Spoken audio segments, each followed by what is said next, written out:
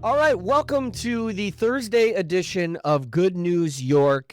Yeah. A lot of things. I'm Mike Brindisi, of course, the great Matt Mazur, Danny on the ones and twos back there. I don't even know what that means, but people say it. The DJ we have a thing. special guest, but I do want to mention it is our last show of the week, but it is an exciting show because it is the beginning of the Masters, and I can't wait. I have an idea, the little bit I want to do with you after this. You just gave me an idea. Now I want Danny to have a whole DJ set up, and he can. Well, we need a house DJ. What? You're right. Like Ellen, like when she had a DJ. Ellen. Of all the things you think of, Ellen. I don't know why the hell I just. Anyway, I should probably let us proceed with the guest. Yeah. Anyway, we'll talk about the Masters and all that stuff. But first, I am joined. Wait, I'm sorry. Is it like a football competition? Oh, perfect. This is you're setting it up perfect. Okay. No, it's golf. Oh. But we'll just go with football for now. The old swing in the woods. The old sports ball. So we are joined by comedian, and I can again say friend, Stephen Brown. You got a lot of funny friends. I do have a lot of funny friends. Hi, Stephen. What's up, buddy? Nothing. I was ready for you guys just to vamp and do Foley sounds for 10 minutes. I was happy to wait. I mean, well, we can. Is it Foley? Yeah, Foley. Okay. But I knew what you meant. With you, it's Foley. When you're around, words are just funnier. So, Stephen, I'm so excited you're here. We found out right before we went on the air that this is an anniversary for you. Yes, this is officially the 4th year anniversary of my very first open mic I ever did. wow. That is awesome. And I want to lie to the viewers and say that is why we booked Stephen today. We knew it was going to be his 4-year anniversary. And so that's what we're celebrating. I gotta ask you right out of the gate then, what was that first open mic like? Like, how bad did you bomb? Actually, I had a very, very friendly room, so I did okay because the power of friendship is better than the power of punchlines. But it was a lot of fun. I ran through 4.5 minutes of material in about 2.5. Yes. The same way that one normally would when they're afraid of every word that's about to come out of their mouth. Yeah. But, How any of those original jokes still stick around? Any of them? One of them, yes. One of them awesome. Still. Only recently did I start phasing it out a little bit, just because I've been telling it for 4 years. Sure, that's fantastic. One of them still kicking around in the master set. I love it. You gotta have a hit once in a while. You know what I mean? Yeah, you got to hold on to those, 3 or 4 that they're guaranteed laughter. Yeah. And even if you don't put them in the set, you leave them in your back pocket in case you start bombing, and then you're just like, I'm going to throw this joke about old people's vaginas. What's bombing? I've never done that. No, I don't know either. What's bombing? That sounds very violent. Stephen, what I love about you, other than you as a person, and I think you're just an amazing dude. I love watching you work because every comedian has a different process, different cadence, different style, whatever you want to call it.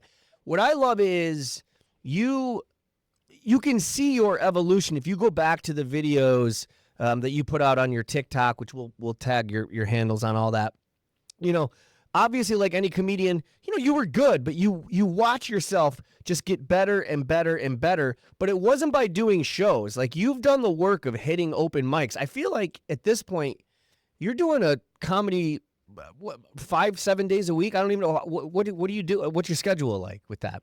I would say most weeks it's between 2 to 5 times a week. That's great. Depending on the mic schedule that's available. That's wild. The weather. Yeah.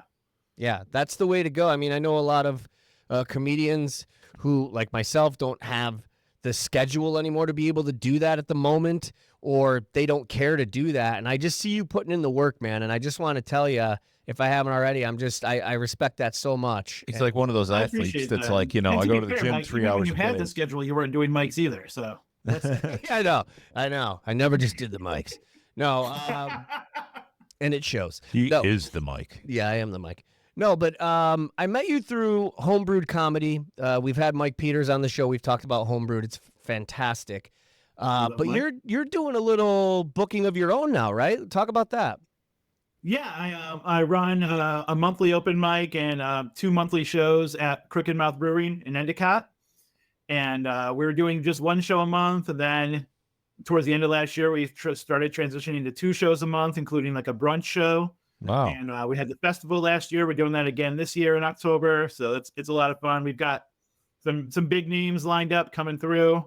Really exciting. Like guys who are like theater comics coming in and doing our little bar. So that's a lot of fun. That's awesome. Anybody you can tell us yet, or no? Is it still kind of a secret? The biggest one coming up is Jim Florentine on May 29th. No shit. That's fantastic. I actually did a couple shows with him when I started comedy. I was the house MC at a comedy club, and he came through a bunch. I love that dude, and I'm a big Howard Stern fan, so he was a big part of that show too. That's awesome. How did you? I want to go back a little bit. Sure. Because I noticed on your bio, and even though we're friends now, we never really talked about this. I didn't know you two were involved in music before comedy. What? You never heard of U2? No, I've heard of you too. I never heard of YouTube till I got that iPhone. Yeah. When I came up, I grew up at like going to like punk rock shows and stuff like that. And I was sick of driving to New Jersey to go see the bands I wanted to see. So I just started booking them to come play Binghamton. That's perfect. Make them come to you. I love this guy. Yeah. So we did it a few times. Like we had some bands that got like pretty big come through, like, like AFI, the Ataris, stuff like that. Like that's people awesome. that play like all over MTV and everything. We're coming through and doing our dingy skate parks and bars. That was a lot of fun. So you were booking the shows?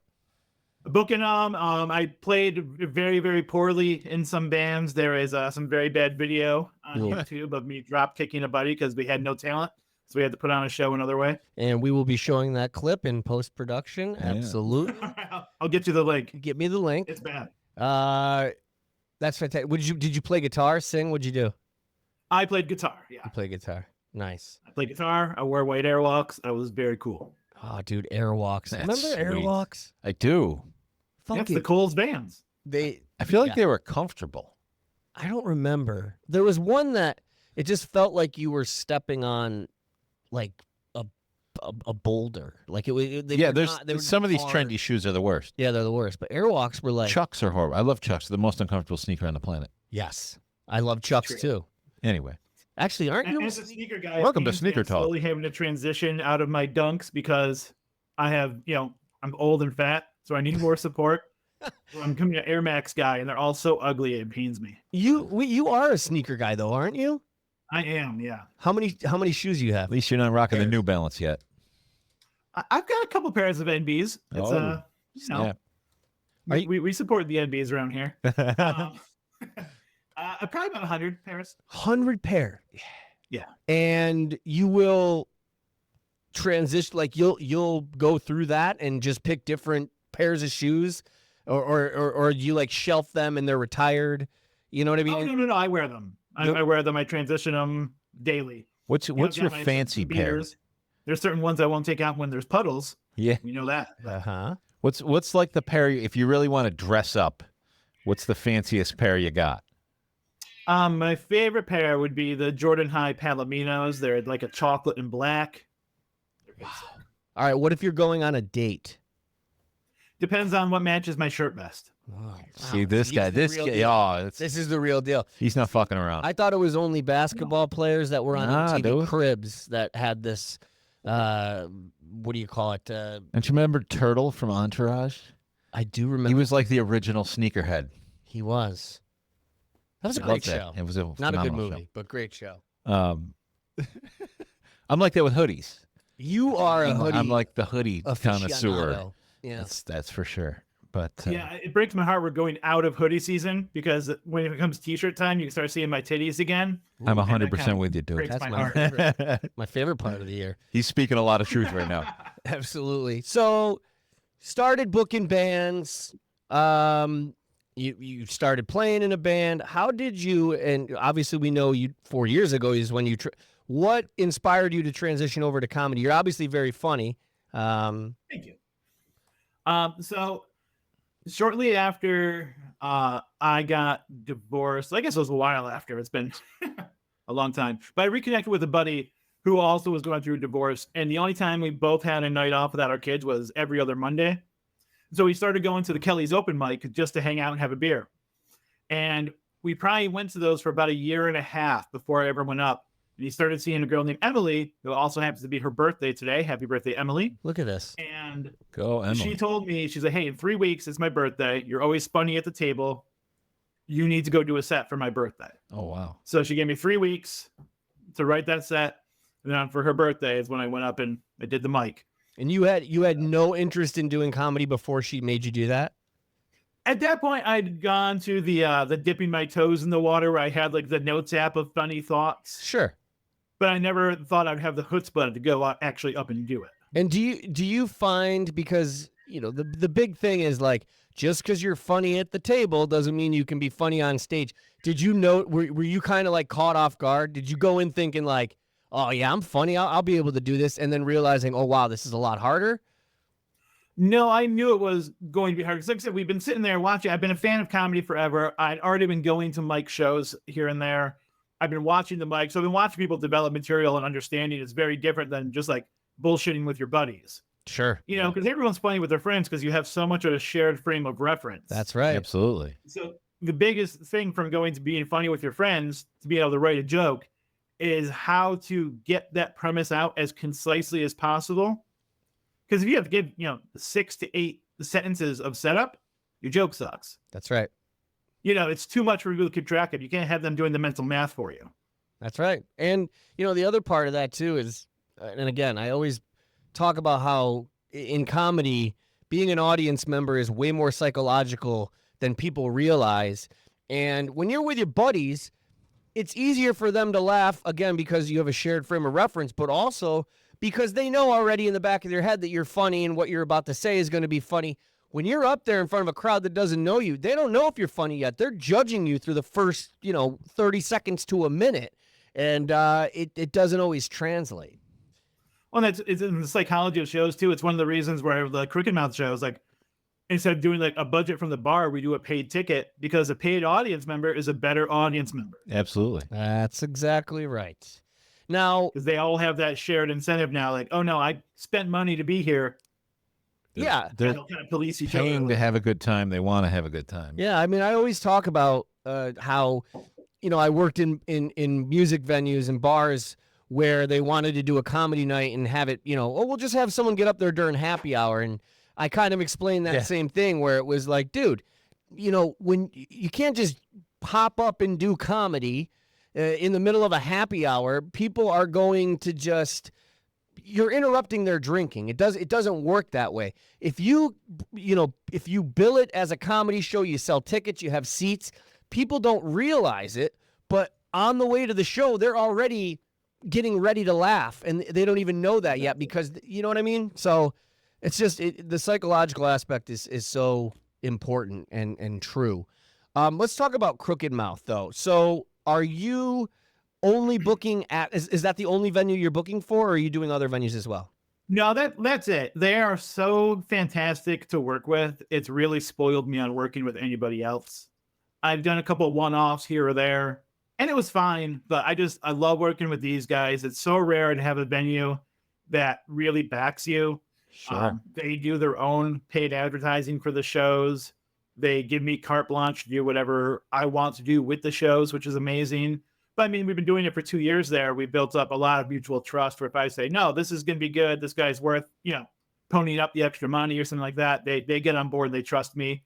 And it's just awesome having like a real partner, not just something they deal with 3 days a week or 3 times a month. You're right, because, I did a show at Crooked Mouth with Steven, and when I met the owner, unless I'm thinking it's the wrong guy, correct me if I'm wrong, I've never met an owner. He is not a comedian, but he loves comedy. That's the right guy, right? Yeah, Josh. Yeah. Yep, Josh. Like Olsen, he's obsessed with comedy. He watches comedy. That's he studies great. comedy. He's kind of like those friends that you had that never played an instrument, but like an Andy Lamica. Yeah. But just knew everything about music, and they were as a rock star without being a rock star. The owner of Crooked Mouth Brewing is is a comedian as much as you can be without actually being a comedian, and that really helps it for you, I'm sure.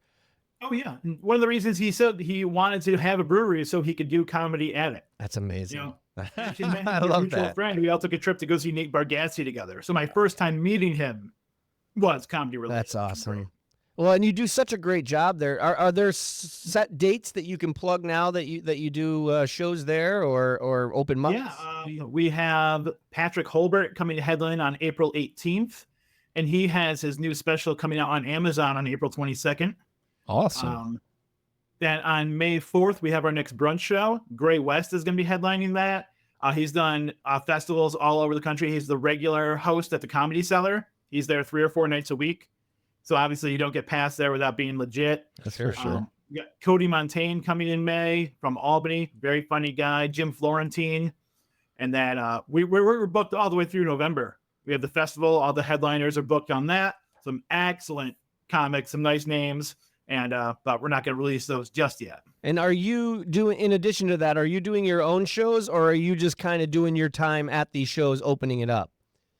Oh, I have like other dates going everywhere else. Yeah, but this is kind of like I use Crooked Mouth as kind of my writing. Unfortunately, every show there for me is like an open mic. No, So that's I'm always great. the worst person at every show because they have so many repeat customers where I try to have like a new 8 to 10 minutes for every month.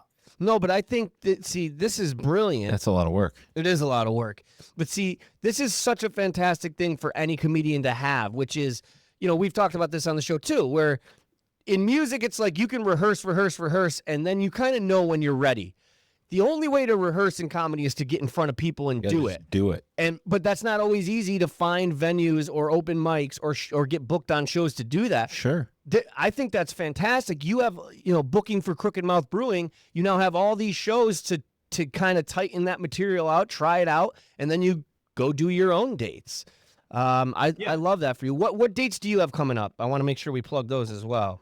I have to look. Excuse me while I look at my phone because I don't have it memorized. I'm just going to guess. May 10th. I'll tell you if you're right. No, not May 10th. Oh.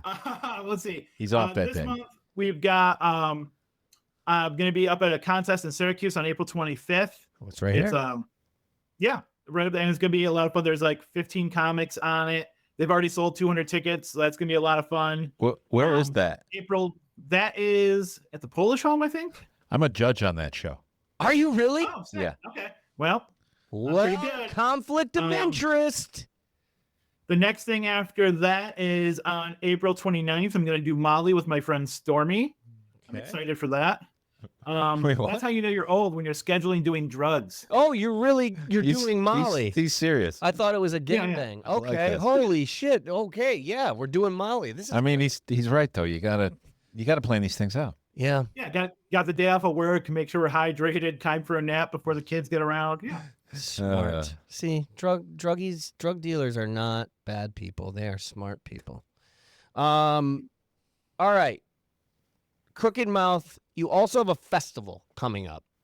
Yes, sir. Yeah, you mentioned a couple times. I want to hear. Obviously you can't give us the lineup, but tell us just what is this festival that you mentioned a few times. Yeah. Well, last year in February, I think it was, I went to do a festival down in the Hudson Valley, and it was terrible. And I was like, oh, I can do at least better than this. And that's when the germ of the idea started. And we ended up just picking a date 6 months out. And we did 5 shows over 4 days. They all sold out. We had, comics from all over coming through. We had over 50 comics on it all together. Wow. And I learned that was too many. Gotcha. So we're going to cut that down a little bit this year. But it's going to be from October 16th through the 19th. Wow. All the shows will be right in the same spot. We're going to do a Thursday, a Friday, 2 Saturdays, and of course the Sunday brunch. And just looking forward to really stacking up that lineup. This last year was kind of for the homies a little bit. Mhm. I was pretty much saying, Sure. hey, anyone who helped build this scene at Crooked Mouth to make this even a possibility, if you want to be a part of it, I'm happy to have you there. But it was just too many people. Yeah. So this year we're going to cut that down to hopefully about 30 comics, give everyone a little bit of a longer set. And I just want people to show up and see killers from start to finish, not just the headliner. Yeah. But everyone's coming to bring in their best 8 to 10 minutes, and you're just getting, laughs from go. And is that, as a festival, is that something that somebody can get tickets to multiple nights kind of simultaneously, or how's that? Yeah. Yeah, we did individual tickets, or we did weekend passes at a significant discount. That's awesome. and anyone who bought the weekend pass will do it again this year. Also got like a festival T-shirt. So That's great. Now, you also are involved. Well, you're involved with a lot of things, but in addition to the Crooked Mouth and then the Crooked Mouth Festival, all the dates, you also, I've noticed you've been doing a lot of, or some stage time at the Funny Bone. Are you there regularly? What's going on there? That's right here in Cuse. yeah, I've been lucky enough to crack the rotation as a regular host up there. Usually get up there, once every 2 or 3 months, which is great. Because again, it gives me time to take that new material I've written over the last few months, Yeah. and really test it out in front of, we love, I know like you love doing a show for 20 to 40 people. Those are great, but really taking the training wheels off those jokes and doing it in front of 300 people. It's who intense. Paid a lot of money to be is really like a good test of, okay, is this good or not? Yeah, this is working. You really know. Yeah, when you step into, I started in a comedy club. I went the other way. I started in a club, and then, now things are different, right? You can do it at breweries, you can do it at the Polish Home. There's pop-up comedy everywhere. But back in the day, it was like you had to do it in a comedy club. And I don't care how ready you think you are, when those lights go down and there's anywhere from 100 to 300 people that have paid money to see, and it's like a show with an MC and the music plays and you walk up. That's intimidating, and that's what separates the boys from the men, I guess, so to speak. And about a month ago, I had the opportunity. I was hosting for Josh Blue, who was incredible, and all sold out shows. It was really the first time I was like, oh, I belong up here. But then this comedy humbles you very, very quickly. They had to come back to host for a TikTok superstar. And when I tell you, I ate the biggest shit of my life in front of those 300 mooks who just wanted to talk about meatballs.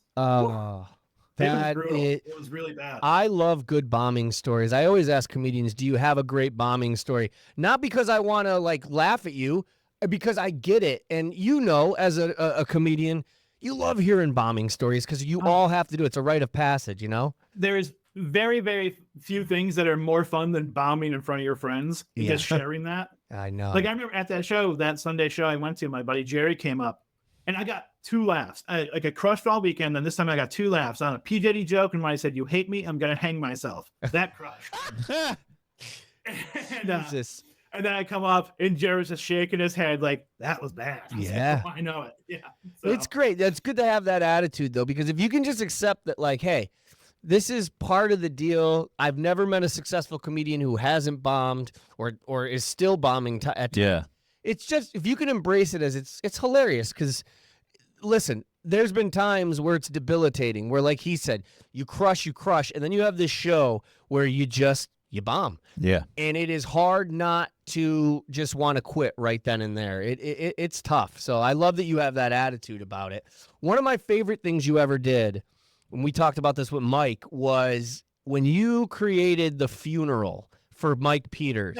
And we basically did a roast. Oh, he was one of the guys behind that? He was the guy behind it. Oh, wow. That's hired all of us to do it, and it was a wild success. Hired. No one got paid. Hired. Yeah. But I wouldn't have paid us anyway. What are you still doing shows like that, or do you have any other kind of gimmicky shows like that coming up? No, I had last summer I had a guy coming up and he was a Braves fan and they were playing the Mets that weekend. And I had made a bet that whichever team won, the other comic would get a tattoo of the other person's choice during their set at the show that night. Awesome. So he backed out. Dude, one of my quick story is one time I'm coming up to do a show through a homebrewed comedy, and I walk in and Steven's there with his kids. And I'm thinking, oh, hey, buddy, are you on the show? He says, no, I'm just here that's the other cool part is he'll just come out and support. Sure. And watch. But he's got his kids there. And this happened to be the set where I had 4 jokes about cum. And it was the most uncomfortable set. But you were like, oh, no, it's fine, man. They've heard it all. But I just remember as I'm telling the joke thinking, I don't want to say this word. I can see the kids sitting there. But so thanks. Shay, we say cum all the time, right? Yeah. My 14-year-old is walking through the kitchen right now, even though I told him not to while I was recording this podcast. We say come all the time, right? He says he's dying. So that's fantastic. Before we get out of here, Is there anything you wanted to ask or add? No, I think this has been awesome, man. It's really, I love hearing the stories of how people, come up and find success in this. Because honestly, so many people don't, unfortunately, they just, it doesn't work out for them, or they just don't get the passion for it. And when you meet the folks that do, it's, and work hard at it. yeah. And, and turn it into a business. I've got nothing but respect for that. He's not trying to get rich being Chris Rock. He's figured out how to, help other comedians and probably make a little bit of a living in the process. And I think that's pretty awesome. It is awesome. And that's kind of the recipe. I think everybody, I made the mistake early on of not looking at it this way. And I know you do too. Steven is that, if you were in it for the money or the fame, you would quit the second day because it doesn't work that way. You got to do it because you love it. You got to put the work in. And if you're funny, the success will come along. That's it. That's pretty much it. No, I think and one thing I want to say, piggyback, is no one gets any success doing this on their own back. That's right. Right. Obviously, anyone who's had success, they're doing the work, but without Mike Peters, without Joe Becker, without the Funny Bone, without Dave Deo, all these other people, Jason Gowan at the Legacy Lounge, all these local places are really making it a point to support the local scene, give each other time, and grow this together. Because that's the biggest thing. If we don't have places to do this and people running shows sucks. It's the worst. It's stressful. It's not fun. Worrying about other people's money. It's terrible. Yeah. But, getting to give people their first show is really fun. Or bringing a headliner that's never done the town before to have them come out and crush. It feels great that you're giving the community something valuable, especially since the Boho closed down. Mike has his Don't Tell, but there's not a lot of comedy going on in Broome County proper. So it's nice to be able to kind of fill that void. You're so right about booking shows sucking, because I've had 5 opportunities where someone's called me, they've heard my name, they want to book me, and they want me to set up a show, and I just push it off onto Mike.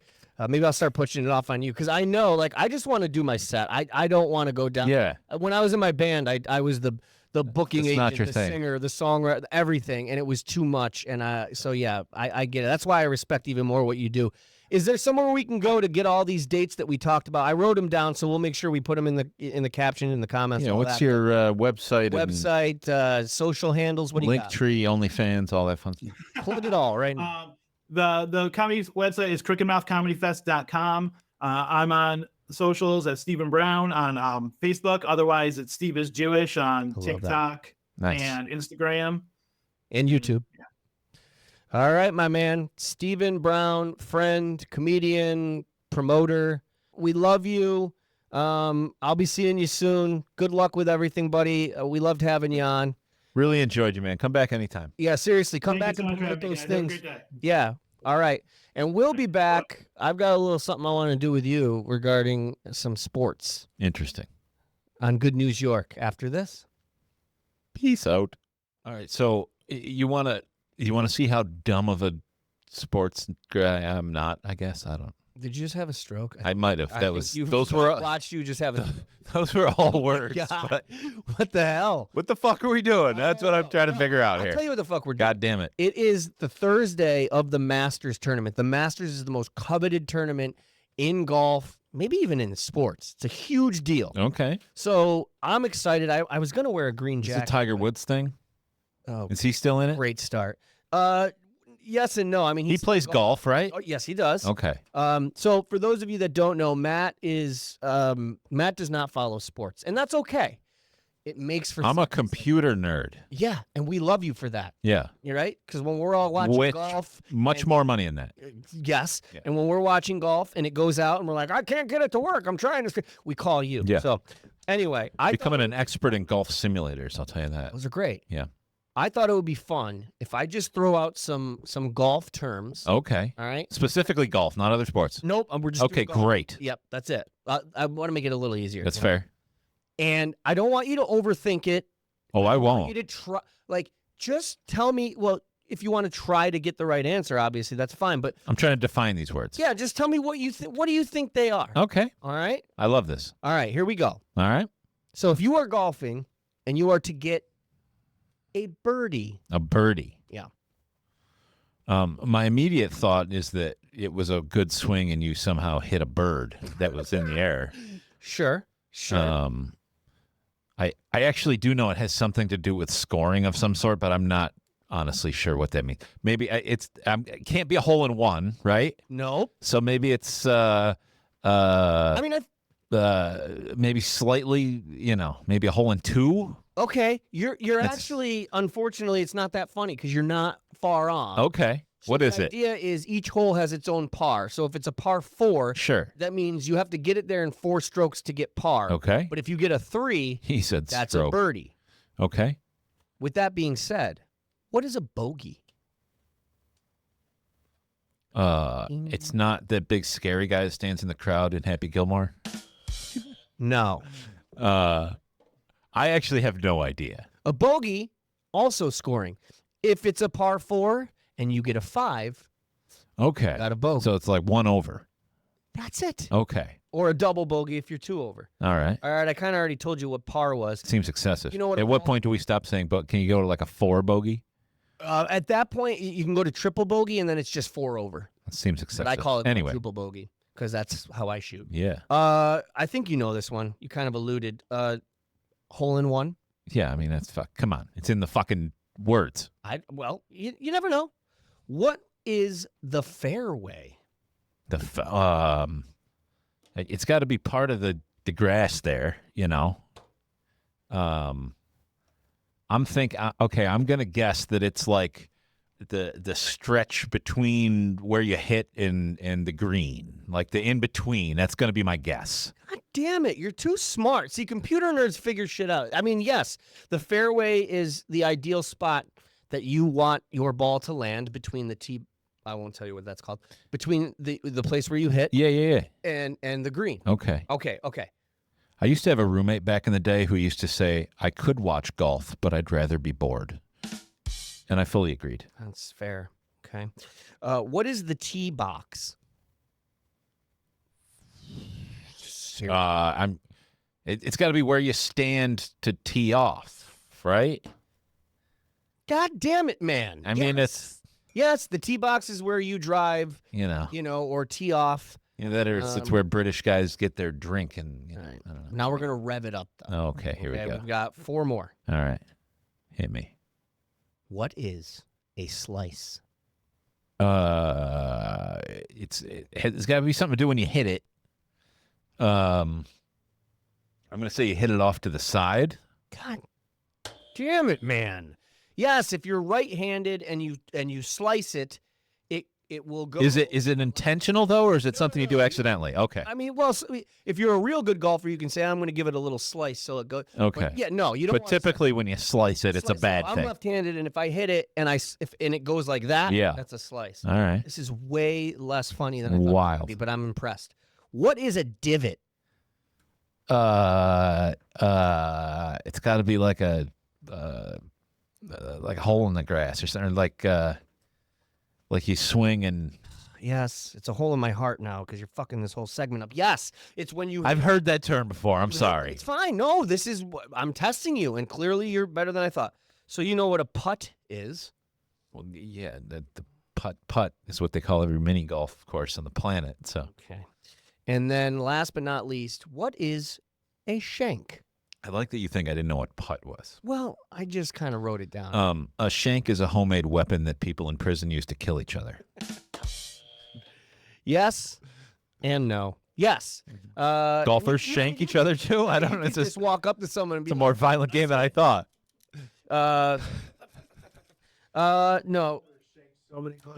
Yeah, Arnold Palmer was the worst. He would just come up, drinking toilet wine, and he would take a blade and just. I genuinely have no idea what it means in the context of golf. You know, honestly, a shank is almost it's like a slice or a pull. It's just when you shank it, you hit it. It's another bad hit. Yeah, just like All right. See, I had no idea.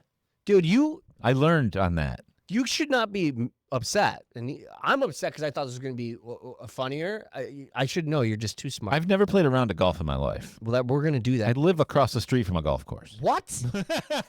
Dude, I'm going to murder you. Wait till you find out I'm also a member. You are? I'm telling you right now, any golfers that are watching are furious. Yeah. You'd kill to live that close to a course and have a membership. What are you going to do? I'm going to murder you. I'm Anyway. going to shank you.